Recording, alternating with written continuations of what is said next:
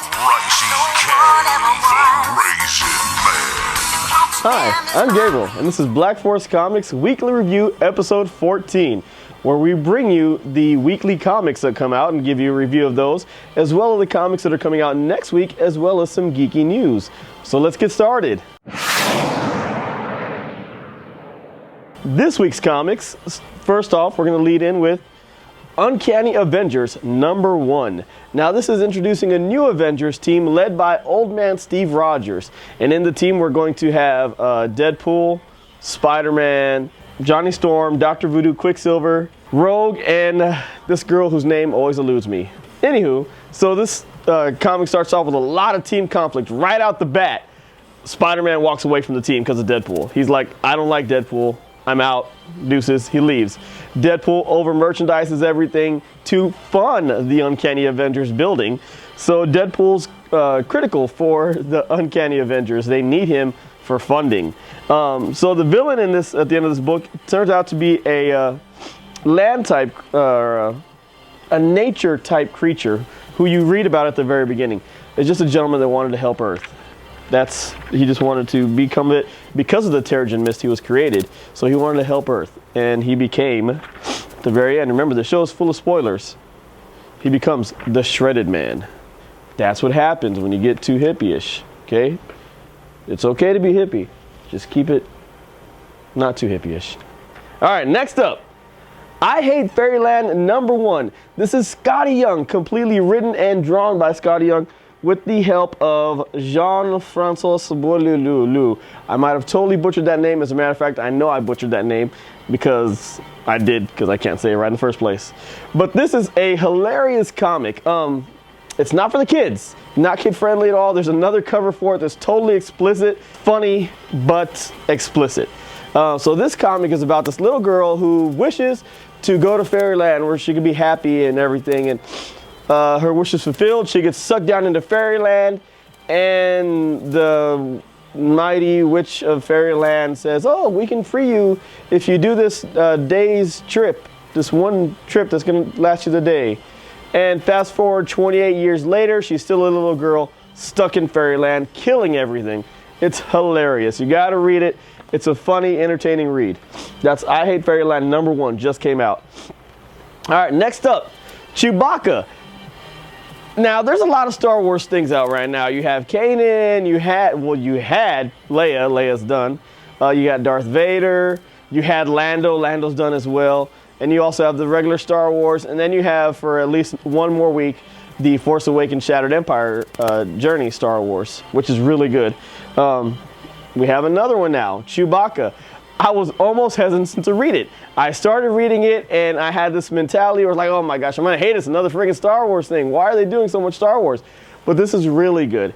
It starts off with a girl and her father being sold into slavery because they owed someone money and they couldn't pay back the debt. So they're on this planet working in the mine. And then it shows a clip of Chewbacca, who has crash landed a speeder on this planet, and he's just chilling, laying in the field with the crash speeder behind him. And he goes into town to get the parts he needs to fix it. And that's where he met the little girl that escaped from the mines, and they're looking for her, trying to find her, because she's critical to mining, apparently.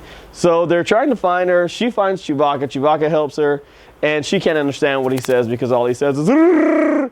So she's lost in translation, but they become friends. She convinces them to help her because, of course, Chewbacca understands English. He just can't translate it very well. So at the very end, he ends up agreeing to help her in his own Chewbacca way. All right, so that's Chewbacca #1. It was good, better than I expected. But I had a low expectancy, so, it wouldn't let me down anyway. All right, Ninjak, for my Valiant fans out there, Ninjak #8. Now, this is going to find Ninjak dealing with the gentleman he was fighting at the very end of the last issue. Coming from the MI6 headquarters was the clone guy. So it finds Ninjak fighting the clone still, and they start monologuing to each other why he is fighting Ninjak. He doesn't want to fight Ninjak. He wants to do good. He's a student of learning, student of knowledge. And so Ninjak's just listening to him, and he's like, okay, well, I understand you, I get you. You should have told me from the beginning. We would have been fighting in the first place. And so he asked Ninjak, well, what's your story? Ninjak has a flashback of his mom, whose mom was a hitman. She's like, oh, this is so tough. And he's like, oh, mine's classified.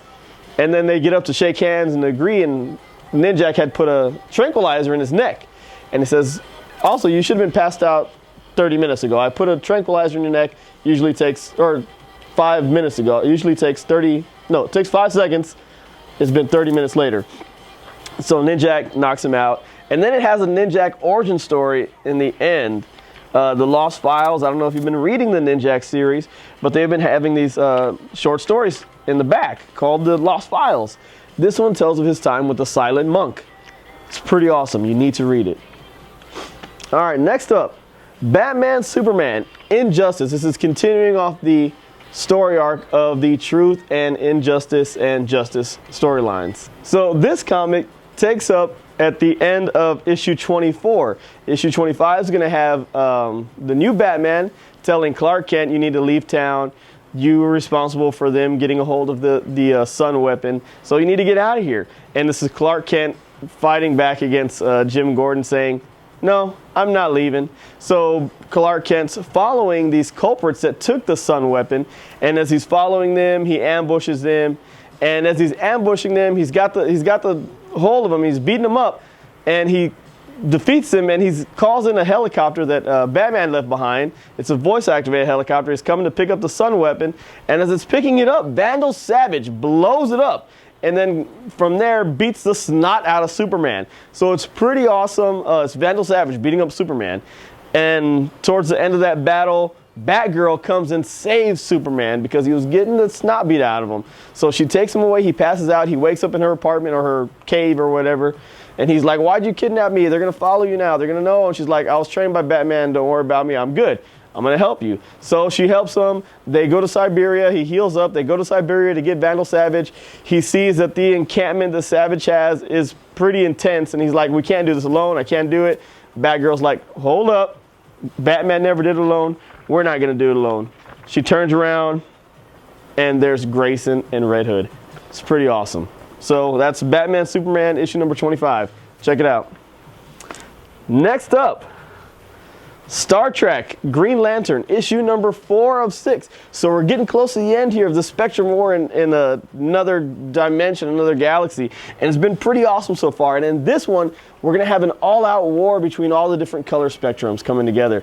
It's pretty awesome. You got to see it. The Yellow Lantern takes over the Enterprise for a minute, knocks everyone out in there, even the new Lanterns that have been appointed on the Enterprise, knocks them all out. Hal Jordan manages to get back the Enterprise and goes ahead and creates a super Enterprise around the Enterprise. It's pretty awesome. There's a lot going on in this comic. Let's get to the very end, because we like to give you spoilers. That is the planet Vulcan. And that is the dead rising on the planet Vulcan. Issues number 5 and 6 are going to be intense. Like the Indians, intense. All right, finally, for our kids' choice, we're going to have Batmite issue number 5. Now, this is a good series here. This is a good story lesson out of this comic. It takes some seriously D-grade superheroes, and Batmite goes to them and bestows upon them amazing powers that actually gives them strength. And in doing so, they realize that even though they're the best at what they do, Tough Bunny says, you know what, I want my old friends back. They may be these new improved characters, but there's too much conflict. We're doing things that we never would have done before. We're compromising our morals. I'd rather we be feeble and weak and not be the best at it, but we're good. So change us back. And Batmite learns a lesson out of that. So sometimes being the best at something doesn't make you the best. So that was going to be this week. Next week's comics.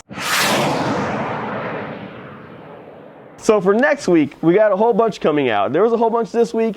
I wish I could go over all the comics, but I have to choose 7. Those are them. Sorry if you didn't like them. Let me know what you do like. All right, maybe we'll talk about it.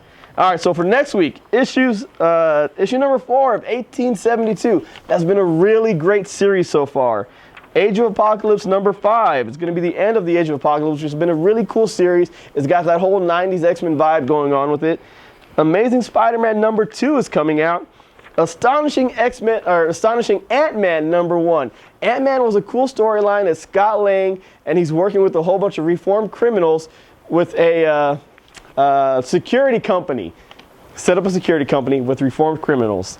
It's awesome. It's a really good storyline. If you haven't read it, you need to read the Ant-Man stuff. Even the stuff before the Secret Wars Battle World stuff, read that stuff leading up to the Secret Wars. It went up to 6 issues. Then they had the Ant-Man Last Day, Scott Lang. Great story. You really need to read it. Really gets you right in the feelies. Also, Back to the Future #1 for all the Marty McFly and Doc Brown fans. Back to the Issue is going to be a 4-part series. Issue #1, or a 5-part series, excuse me. Issue #1 is going to come out next week. That's going to be worth checking out, so you got to check that out. Of course, Batman and Robin Eternal. Just take it for granted that there's going to be a new Batman and Robin Eternal every week. Copy. All right.